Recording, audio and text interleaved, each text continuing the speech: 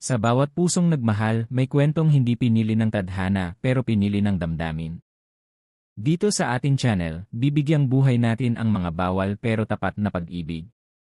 Filipino Romance, at ito ang mundo ng mga lihim na pagmamahalan, tapat na damdamin, at kwentong hindi mo malilimutan. Please mag-subscribe kayo sa aking YouTube channel para sa iba't ibang kwento ng pag-ibig.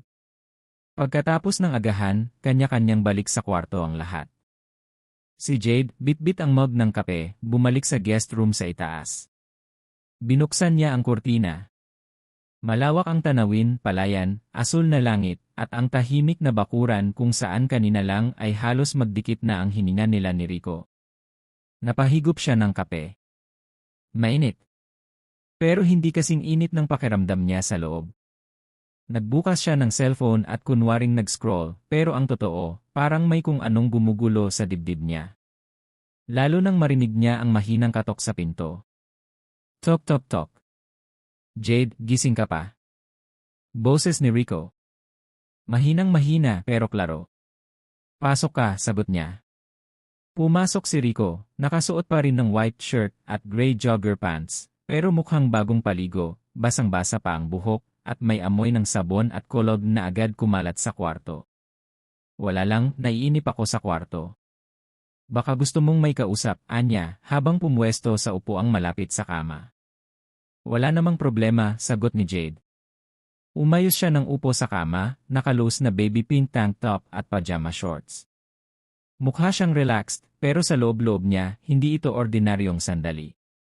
Tahimik sa loob ng kwarto. Naalala mo nung bata pa tayo, lagi tayong magkatabi matulog kapag may salo-salo. Naman. Ikaw nga laging nangungulit eh. Pero ngayon parang bawal na. Bawal na nga ba, o iniisip lang nating bawal? Boom! Isang linya na hindi basta sinasabi kung walang gustong tukuyin. Si Jade napatingin. Si Rico nakatitig sa kanya hindi sa mata kundi sa labi. Ano bang ginagawa mo dito, Rico? Gusto lang kitang makita. Kausap. Makasama ni. Lumapit siya. Mula sa upuan, tumayo at naupo sa paanan ng kama. Dikit na ang tuhod niya sa paanan ni Jade. Gusto ko lang malaman kung pareho tayong nakakaramdam ng ganito. Dahan-dahang umangat ang kamay niya, parang gustong hawakan ang kamay ni Jade, pero hindi itinuloy. Si Jade ang kusang humawak. Hawak lang. Walang halik.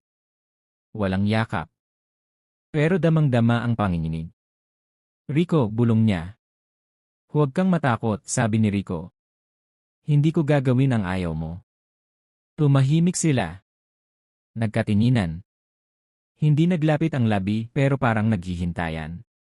Parang isang ilaw na umiilaw at nag-aalab sa pagitan nila pero pinipigilan.